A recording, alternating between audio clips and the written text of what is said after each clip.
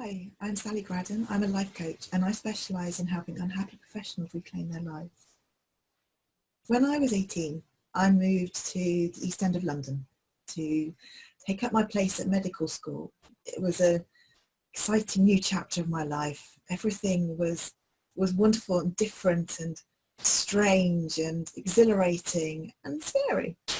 But it was fantastic to spread my wings and leave home and experience all these new things that were just so different to me. And for the first few months, everything was wonderful. But over time, little things started to creep in, thoughts, feelings, behaviour patterns, which perhaps indicated that everything wasn't quite as okay as I thought it was. My intuition, my gut feeling was telling me that things weren't right. But I did what so many people do, so many of my clients have done, which is to ignore it. When you're in that situation where you're trying the best to make the most of your life, to live your dreams or live the dreams you thought you had, and to do your best and succeed in life. It's so easy to overlook, dismiss, deliberately squash down with force sometimes these niggling feelings that threaten to bubble up and overwhelm you. I was depressed. I was anxious. I was borderline agoraphobic. I found it really hard to get out into the world and be me. I was so obsessed with this idea of what a doctor should be, how they should behave, that I completely lost myself in the process. There were parts of medicine that I adored. My clinical placements where I was out with patients in the hospitals, some of them were just incredible. Being with people and being privileged enough to be welcomed into their lives and told some of their most personal, intimate secrets and bodily functions, and it's just, these people were so vulnerable that it was just incredible to be welcomed into that world.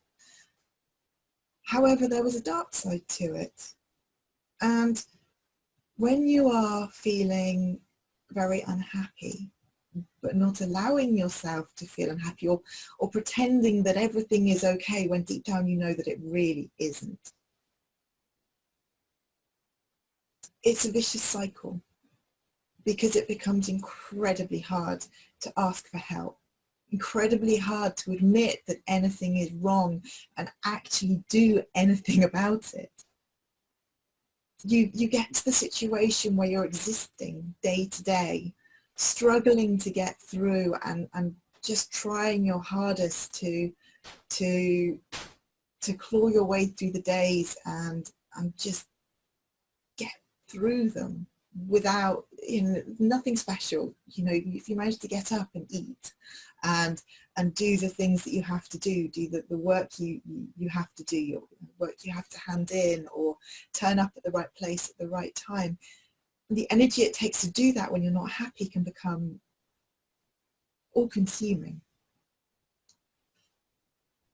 As I say, so many of the people that I work with and talk to have those feelings to a greater or lesser extent. Some of them may not be in full-blown depression, but even those initial seeds of doubt, those feelings deep down that there's something not quite right, it's a vicious cycle when you start trying to squash them and repress them and pretend that everything is okay, because it breaks the opening to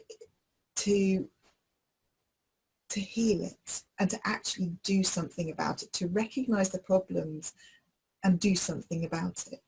Because if those things are picked up early, then actually there is a lot you can do about it. It may be that only a small tweak is required to allow you to move past it. Sometimes far greater work is required and far greater changes are needed, but not always.